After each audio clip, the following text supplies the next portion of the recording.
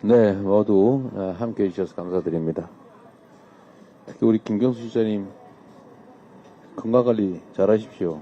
우리 김 지사님 건강 많이 해치기 전에 이 상황이 정리돼야 될 텐데 걱정입니다. 저도 광화문에서 2016년에 열 며칠 이렇게 있었는데 여기 잠을 잘 수가 없어요. 지하철이 땅을 막 흔들기 때문에 밤에 잠을 못 자겠더라고요. 낮에도 못 자고 밤에도 자고. 근데 너무 많이 건강해지지 않았으면 좋겠습니다. 네, 뭐 다 말씀하셨습니다만 이 나라가 노란의 위기에 처할 때마다 우리 국민들께서 또 백성들이 나서서 구했습니다. 이번에 이 사태도 지금 많은 분들이 불안해하고 또 심지어 다시 귀환할 경우에 어떤 일이 벌어질까에 대해서 공포감을 느끼고 있기도 합니다.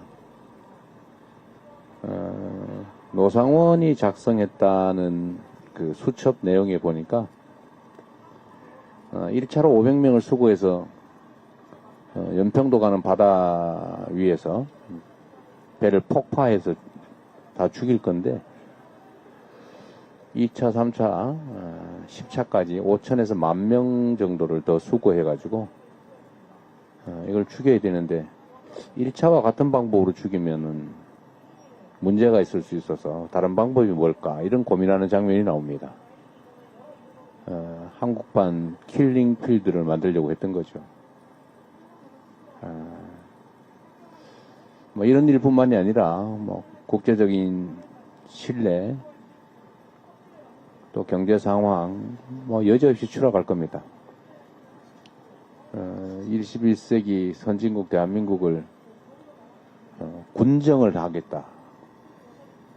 군인으로 통치하겠다고 한 거 아닙니까? 검찰 통치도 부족해서 확실하게 군을 통해 통치하겠다 이렇게 마음을 먹었던 건데 이 상황이 지금 끝난 게 아니라 언제든지 다시 재발할 수 있는 상황이라는 점에서 또는 꼭 그렇게 되지 않더라도 엄청난 혼란이 발생할 수 있다는 사실 또 그 결론에 이르기까지 지금과 같은 이런 혼란이 계속될 수밖에 없다는 사실이 아마도 우리 국민들께 엄청난 불안과 공포감을 심고 있는 것 같습니다. 사실 저는 최근에 이 정치라고 한지 뭐 그리 길지 않았습니다만 대체 정치를 왜 하나 이런 생각이 들 때가 많습니다.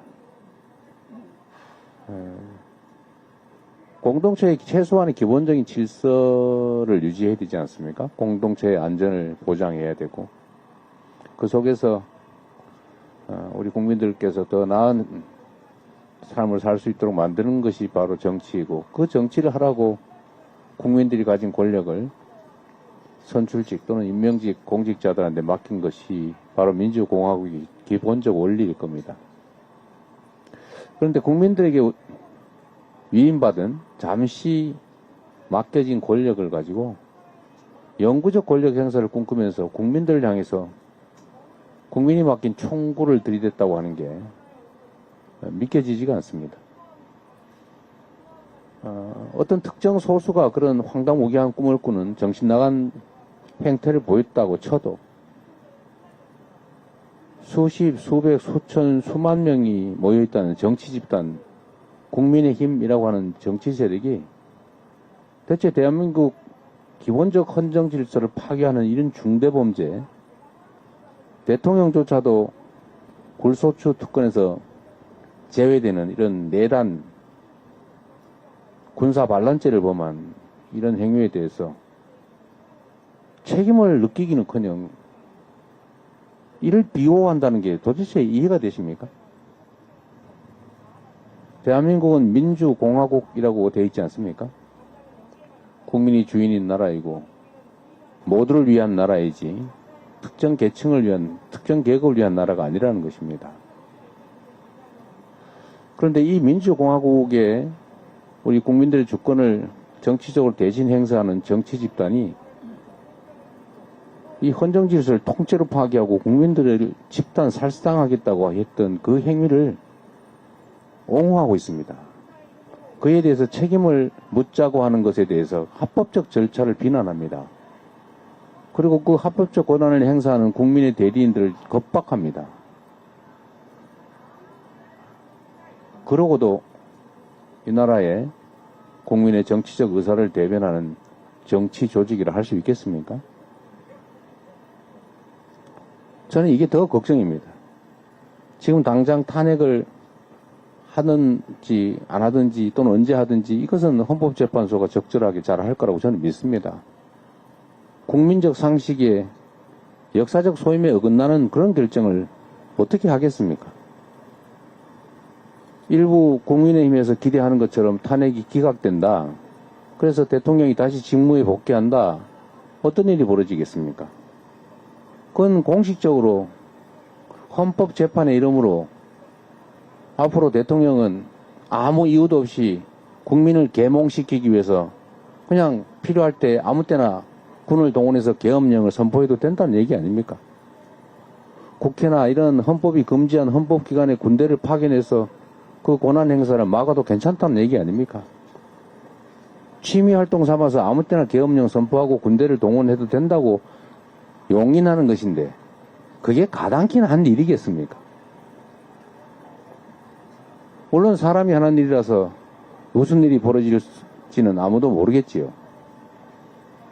그러나 그 문제는 양식을 가진 이 나라 최고 지성의 헌법재판관들한테 맡긴다고 치더라도 앞으로 계속 이 나라 정치의 일부를 맡아갈 국민의힘이라고 하는 저 정치 집단이 이런 헌법 파괴적인 중대범죄 수괴를 옹호하고 파면하지 말라고 하고 처벌하지 말라고 하고 석방해야 된다고 하고 이런 해괴한 석방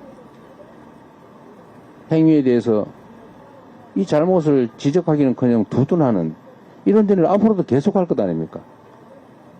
그 생각이 갑자기 바뀌겠습니까? 바뀌는 척 할 수 있겠죠.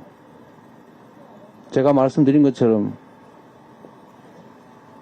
조만간 나 관계없다, 우리 모른다, 우리 반성했다 그러면서 싹 돌아서는 척 하겠지만 과연 그게 진심이겠습니까?